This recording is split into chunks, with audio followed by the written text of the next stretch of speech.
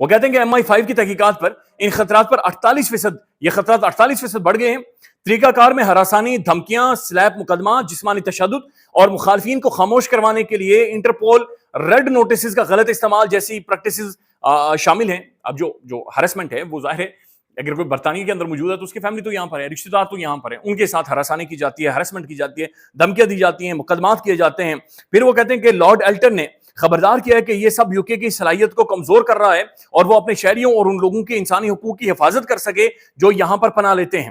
پاکستان کے موجودہ حکومت پر بیرونی ملک مقیم سیاسی مخالفین کے خلاف مقدمات کرنے کے بارے پر ایک اہم دستاویز ہے۔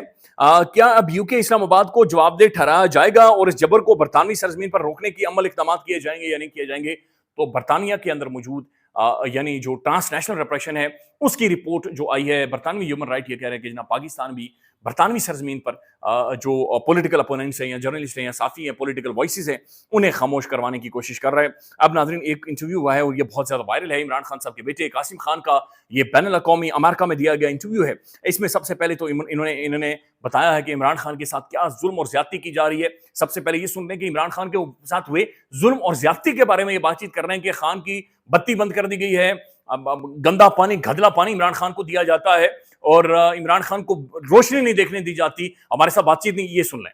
Showering in muddy water. I don't just mean unfiltered water. It's literally muddy, dirty water. 10 people who are incarcerated at the same time have died of hepatitis C from filthy needles, filthy razors. So right now he's in really, really poor conditions. ناظرین اسی interview میں قاسم خان یہ بھی کہتے ہیں کہ جناب میں نے کوئی سیاستدان نہیں بننا، مجھے سیاستدان بننے میں دلچسپی نہیں ہے، اور پھر وہ یہ بھی بتاتے ہیں کہ میں میڈیا ٹرینڈ بندہ نہیں ہوں، مجھے نہیں پتا میڈیا میں کیا بات کرنی ہے اور کیا نہیں بات کرنی، لیکن ہمارا میجر کنسرن ہے عمران خان کو چھڑوانا۔ یہ سن لیں کہ وہ خود کہہ رہا ہے کہ مجھے کوئی سیاست سے دلچسپی نہیں ہے، سن لیں۔ I'm no politician. I'm not looking to be a politician. I'm just here looking to get him out of jail. From a personal perspective, obviously from a selfish perspective, I want to see him again. It's been 2.5 years since I saw him. I last saw him after he was shot 3 times. There was an assassination attempt, and very soon after he was put in a jail cell, which, as I've just told you, isn't the most hygienic. So I don't necessarily, I'm not media trained. I don't know exactly what to say, what I shouldn't say. ناظرین قاسم خان سے جب یہ پوچھا گیا کہ یہ سب کچھ کون کروا رہا ہے، اس کا انچارج کون ہے، تو انہوں نے پاکستان کے جناب محترم فیلڈ مارشل صاحب کا نام لیا ہے، عاصم منیر صاحب کا۔ یہ کلپ بھی سن لیں۔ There is the army chief currently, Asim Munir. He's in charge currently. He's calls the shots out there. It's coming to the end of his term at the end of this year, but it's looking like he's going to extend for another 2 years and potentially indefinitely. So over there, it's kind of sort of looking like a dictatorship of sorts. We don't know when his reign will end, and we're under the impression that he's somewhat leading my father's imprisonment. ناظرین اسی interview میں قاسم خان نے یہ بھی کہا ہے کہ عمران خان کے اوپر 200+ مقدمات کیے گئے ہیں، ہمیں پتہ ہے کہ عدالتوں سے ہمیں کچھ نہیں ملنا، جب ایک کیس سے خان بری ہوتا ہے تو 5-6 اور کیسز کر دیے جاتے ہیں۔ یہ بھی سن لیں۔ Every time, he has over 200 cases now against him, and every time he's cleared of a case or a case gets overturned, they put 4 or 5 more on him. So there doesn't really seem like any way out at the moment.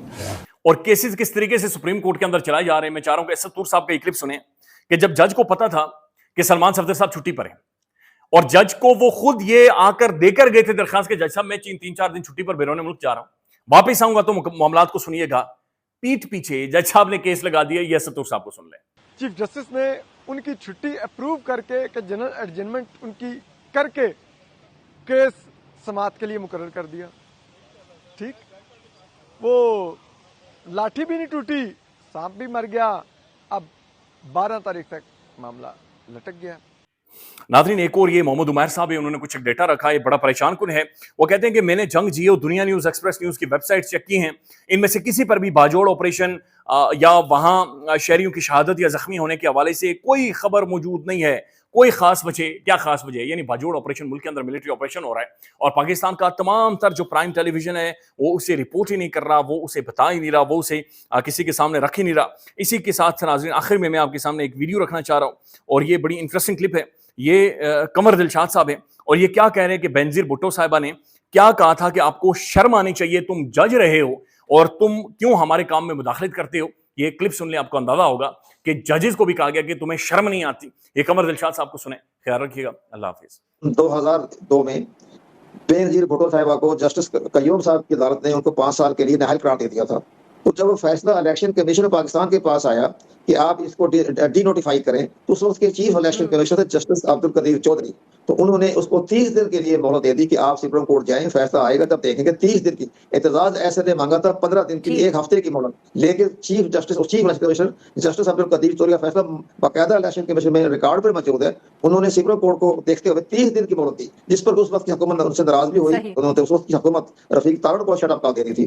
رفیق تارڑ تھے president of Pakistan. تو انہوں نے phone کیا ان کو justice قدیر چودھری کو کہ آپ نے 1 مہینے کی کیوں مہلت دی. تو انہوں نے کہا آپ جج رہے ہیں اپنے سپریم کورٹ کے بھی, ہائی کورٹ کے چیف جسٹس بھی, آپ کو شرم نہیں آتی